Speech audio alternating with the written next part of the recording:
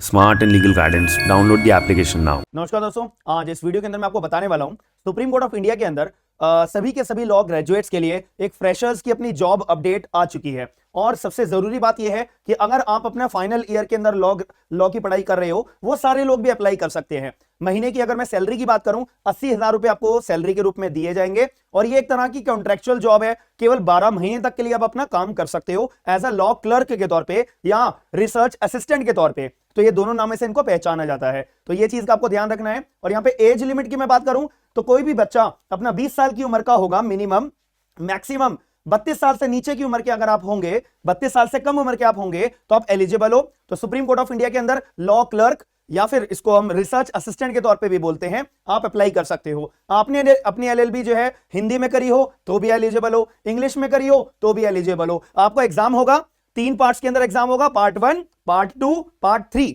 तो पार्ट 3 हमारा इंटरव्यू का है, पार्ट 1 अपना एमसीक्यू का टेस्ट है, पार्ट 2 हमारा सब्जेक्टिव टेस्ट है जो रिटन एग्जाम होता है, जिसको हम मेंस के तौर पे भी बोल सकते हैं।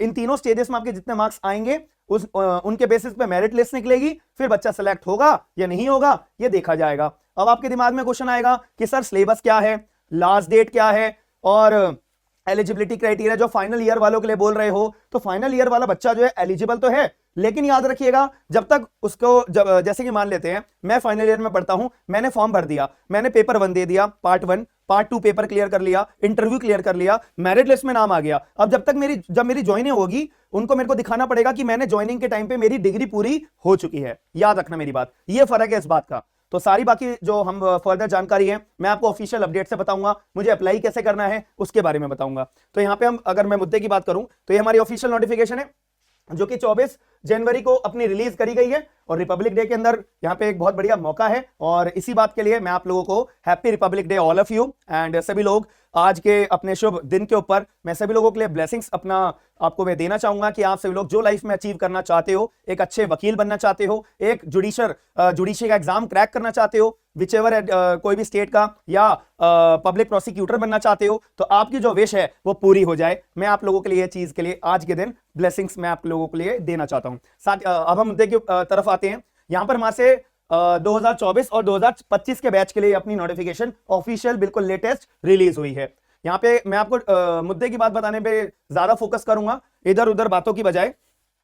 यहां पे जो आपसे मांगा गया है कि बच्चे के बाद लॉ की डिग्री होनी चाहिए, जैसे कि मैंने आपको बताया था, लॉ ग्रेजुएट अगर आप हो, एलिजिबल हो, ठीक है। और आपसे बार काउंसिल का एनरोलमेंट नहीं मांगा गया है, याद रखिएगा मेरी बात। और यहां पे अगर आप फाइनल ईयर में हो 5 साल वाली एलएलबी में, ठीक है, या थर्ड ईयर में हो अपनी 3 साल वाली एलएलबी में, तो आप अप्लाई तो कर सकते हो, लेकिन आपको जो है ज्वाइनिंग करने से पहले ये फर्निश करना पड़ेगा कि मैं जो है फर्निश करना पड़ेगा प्रूफ कि मैं अब लॉ ग्रेजुएट हो चुका हूं, मेरे फाइनल अपनी रिजल्ट्स डिक्लेयर हो चुके हैं। याद रखना मेरी बात, ये बात हमारे को समझ में आ जाती है। एंड आपको जो है कंप्यूटर की अच्छी खासी नॉलेज होनी चाहिए, रिसर्च आपको अच्छी खासी होनी चाहिए। बट यहाँ पे ना मुद्दे की बात ये है, सारी चीज डिपेंड करती है आपके एग्जाम के ऊपर कि आपने एग्जाम में कितना स्कोर करा है, मेरिट लिस्ट में नाम आया है या नहीं आया है, सारी कहानी इसके ऊपर बेस्ड करती है। और आपकी उम्र का मैंने आपको बता दिया, मिनिमम आपकी उम्र 20 साल की होनी चाहिए, मैक्सिमम 32 साल से आप नीचे होने चाहिए, ठीक है। क्लियर है मेरी बात। ये आपको आपका सिलेक्शन जो है 3 तरह से पेपर होगा, पेपर 1, पेपर 2 और पेपर 3 इंटरव्यू का। पेपर 1 आपका एमसीक्यू का होगा, पेपर 2 आपका सब्जेक्टिव होगा। हमसे मेंस वाला मैं सिलेबस भी बताऊंगा, सिलेबस क्या आएगा, सारी चीज आपको डिस्कस करी जाएंगी, ठीक है। और टेस्ट सेंटर्स यहां पे बता रखे हैं, बेंगलुरु, भोपाल, भुवनेश्वर, चंडीगढ़, चेन्नई, देहरादून, दिल्ली, गांधीनगर, गुवाहाटी, हैदराबाद, इंफाल, जोधपुर, कोलकाता, लखनऊ, मुंबई, नागपुर, ये सारे मतलब सेंटर्स है जहां पे आपको पेपर देने का मौका पूरा मिलेगा। याद रखना मेरी बात। डेट ऑफ द एग्जाम यहां पे बता रखी है कि आपका 10 मार्च को पेपर होगा, 11 मार्च को आपका जो है जैसे एमसीक्यू का पहला पेपर होगा, तो 11 मार्च को जो है आपके एमसीक्यू की आंसर कीज आ जाएंगी, ठीक है। और आपका रिटर्न पेपर यहां पे बोल रखा है। और आपको एक बात मैं बता देता हूं, जो हमारा पेपर 1 होगा और जो पेपर 2 होगा, ये अपना सेम डेट को होगा, सेम डेट, ठीक है, सेम डेट को होगा, याद रखना मेरी बात। तो पेपर 1 एंड पेपर 2 आपका सेम डेट पे होगा, ये आपको मैंने क्लियर बता दिया है, ये आपके दिमाग में क्लियर हो जाता होगा, ठीक है। और ऑब्जेक्शन आपको कोई रेज करना हो, कोई क्वेश्चन पे आपको लगे नहीं नहीं नहीं ये क्वेश्चन पेपर में ये क्वेश्चन गलत था, इसका आंसर गलत था, या फिर क्वेश्चन ही गलत था, या आंसर की में आंसर गलत दिया हुआ है, ऑब्जेक्शन रेज करने की विंडोज 12 मार्च को आपकी ओपन अप हो जाएंगी, ये भी मेरे दिमाग में क्लियर हो गया है, ठीक है। और मेरे को जो मुद्दे वाली बातें हैं सिलेबस वगैरह की मैं बताऊंगा। फीस आपको पे करनी है, 500 रुपए आपको पे करने पड़ेंगे फीस के, ये चीज आपको याद रखनी है, ठीक है। 500 रुपए फॉर्म भरते टाइम आपको पे करने पड़ेंगे। ठीक है। और आपको लास्ट डेट क्या है, 15 फरवरी 2024 रात के 12 बजे से पहले पहले आपको फॉर्म अपना भर देना है। 25 जनवरी 2024 से फॉर्म भरना शुरू हो गए हैं, ये भी मुझे पता लग गया है। अब आ जाती है मुद्दे की बात, अब हम सिलेबस की बात कर लेते हैं। ठीक है, रेम्युनरेशन मैं आपको बता देता हूं, रेम्युनरेशन आपको 80,000 रुपए महीना मिलेंगे। ठीक है, रेम्युनरेशन मैंने आपको बता दिया 80,000 रुपए आपको महीना मिलेंगे और 12 महीने की आपकी जॉब रहेगी। मान लेते हैं आपका काम बहुत अच्छा लगा, तो सुप्रीम कोर्ट ने क्या करा, आपके पर्टिकुलर टेन्योर को 12 महीने से बढ़ा दिया कि 12 महीने पूरे हो जाने के बाद आपको और काम दे दिया। तो उस टाइम पे जब आपको नया प्रोजेक्ट दिया जाएगा 12 महीने खत्म हो जाने के बाद, आपको 80,000 रुपए की बजाय आपको 90,000 रुपए महीना मिलेंगे। याद रखना मेरी बात, ठीक है, 90,000 पर मंथ आपको दिए जाएंगे। ये भी बात मेरे दिमाग में क्लियर हो जाती है। अब सीधा हम बात करेंगे सिलेबस की कि सर मुद्दे की बात बताओ। सिलेबस हमारा पेज नंबर 8 पे आ जाते हैं, ये दूसरी फाइल है, याद रखना। और अप्लाई कैसे करना है वो मैं एंड में बताऊंगा आप लोगों को। ठीक है, सारी डिटेल्स अगर आपको पढ़नी हो तो आप यहां पे ध्यान रख सकते हो। एसेंशियल क्वालिफिकेशन मैंने बता दिया, मिनिमम 20 साल और 32 साल। ठीक है, 5th ईयर में अगर हो तो आप फॉर्म भर सकते हो, फाइनल ईयर जिसे हम बोलते हैं। ठीक है, मैं आपको मुद्दे के बाद सिलेबस बता देता हूं। इसको हम अगर देखते हैं हाँ, पैटर्न एग्जाम हमारा होगा, एमसीक्यू के फेज में होगा। ठीक है, पार्ट 1 और पार्ट 2 हमारा रिटर्न पेपर होगा।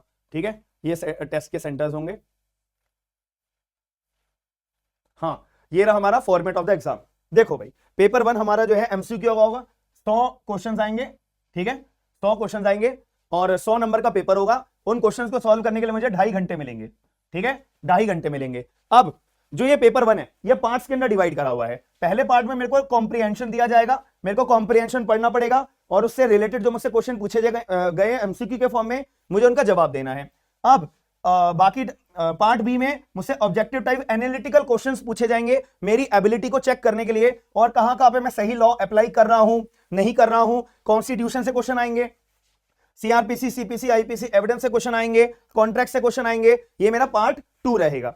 अब पार्ट सी जो है ना, इन्होंने बोल रखा है रिसेंट आपके क्या डेवलपमेंट्स आए हैं लॉ के अंदर, उसके बारे में पूछा जाएगा आपसे कि आपका करंट अफेयर्स मान लीजिए, सुप्रीम कोर्ट के जजमेंट्स मान लीजिए, ठीक है, या कानून के अंदर कोई अमेंडमेंट्स आई हैं, कॉन्स्टिट्यूशन में कोई अमेंडमेंट्स आई हैं, वो सारी बातें आपसे जो है रिसेंट जो आपकी डेवलपमेंट्स हुई है ना लॉ के अंदर, वो आपसे पूछी जाएंगी। ज्यूरिस्प्रूडेंस आपसे क्वेश्चन पूछे जाएंगे इन लास्ट 1 ईयर, यानी कि 2023 का आपको सारा जीके पढ़ के जाना पड़ेगा कानूनी रूप से। ठीक है, ये भी आपके दिमाग में क्लियर हो जाता है। और याद रखना, अगर एमसीक्यू का पेपर है तो भाई नेगेटिव मार्किंग तो होना जायज है, 0.25 की आपकी नेगेटिव मार्किंग रहेगी। ये हमारे दिमाग में क्लियर हो जाता है। और इसके अंदर मुद्दे की बात, अब आता है हमारा पेपर 2 जो कि रिटर्न वाला पेपर होगा, डिस्क्रिप्टिव सब्जेक्टिव पेपर होगा हमारा। ठीक है, रिटर्न एग्जामिनेशन। इसको करने के लिए मुझे 3.5 घंटे मिलेंगे, जिसमें से आधा घंटा मेरे को पेपर को रीड करने के लिए मिलेगा, मतलब लिखने का टाइम मेरे पास 3 घंटे का है। याद रखिएगा मेरी बात। अब इससे मुझे क्वेश्चंस जो है ये भी पार्ट वाइज पेपर होगा। पहले मेरे को ना एक केस फाइल दी जाएगी, मेरे को एक केस फाइल दे दी। अब वो केस फाइल मेरी एसएलपी की हो सकती है, सिविल रिट की हो सकती है, क्रिमिनल रिट की हो सकती है, अपील की मतलब सिविल या क्रिमिनल अपील की पिटीशन हो सकती है, रिट की पिटीशन हो सकती है, कोई भी मेरे को एक केस फाइल दे दी जाएगी। अब एक पेज की दे दी, इसमें आगे भी लिखा होगा पीछे भी लिखा होगा। अब वो मेरे को केस फाइल पूरी पढ़नी पड़ेगी। पढ़ने के बाद मेरे को सिनॉप्सिस बनानी है, यानी कि प्रेशर राइटिंग मुझे लिखनी है। ठीक है, सिनॉप्सिस या प्रेशर राइटिंग, इसको हम शॉर्ट फॉर्म में बोलते हैं कि 10 पेज की कहानी को भैया 2 पेज में कैसे लिखते हैं। तो ये भी अपना एक तरीका होता है, एक प्रोसेस होता है, तो वो आपको आना चाहिए। पार्ट 1 आपका ये रहेगा 750 वर्ड्स के लिए अंदर अंदर आपको अपना सिनॉप्सिस प्रिपेयर करना पड़ेगा।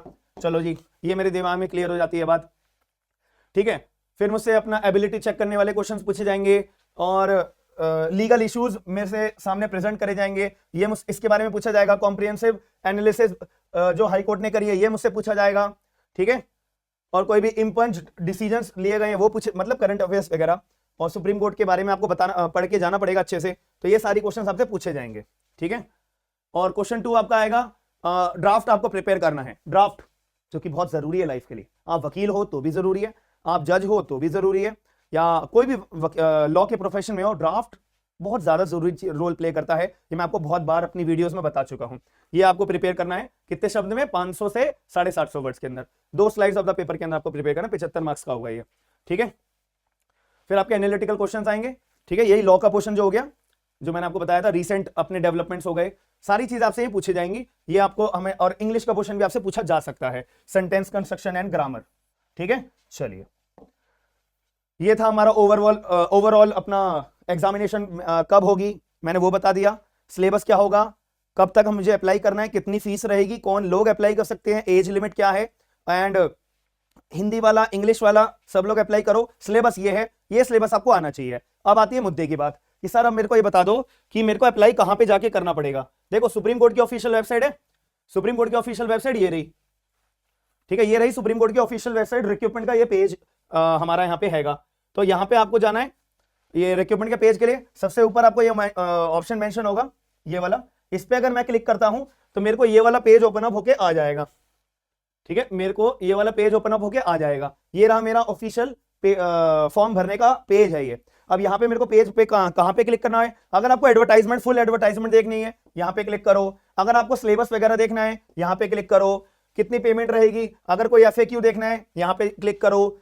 और इंपॉर्टेंट इंस्ट्रक्शंस के बारे में यहाँ पे क्लिक करो। और आपको अप्लाई करना है तो यहाँ पे आपको नए नए फ्रेश कैंडिडेट्स होंगे, यहाँ पे क्लिक करके आप अपनी ID बनाइए, लॉगिन करिए, फॉर्म भरिए, पेमेंट करिए, फॉर्म भर जाएगा। दैट्स इट, इतना सा काम आपको करना है। अगर आप लोग मेरी बात को, सारी चीजों को समझ गए हो, क्लैरिफाई मैंने आपको सारी कर दी है, इजी शब्दों में मुद्दे की बात मैंने करी है, क्रक्स के अंदर सारी चीजें आपको बता दी है जो हर एक कैंडिडेट को अप्लाई करते दौरान पता होनी चाहिए।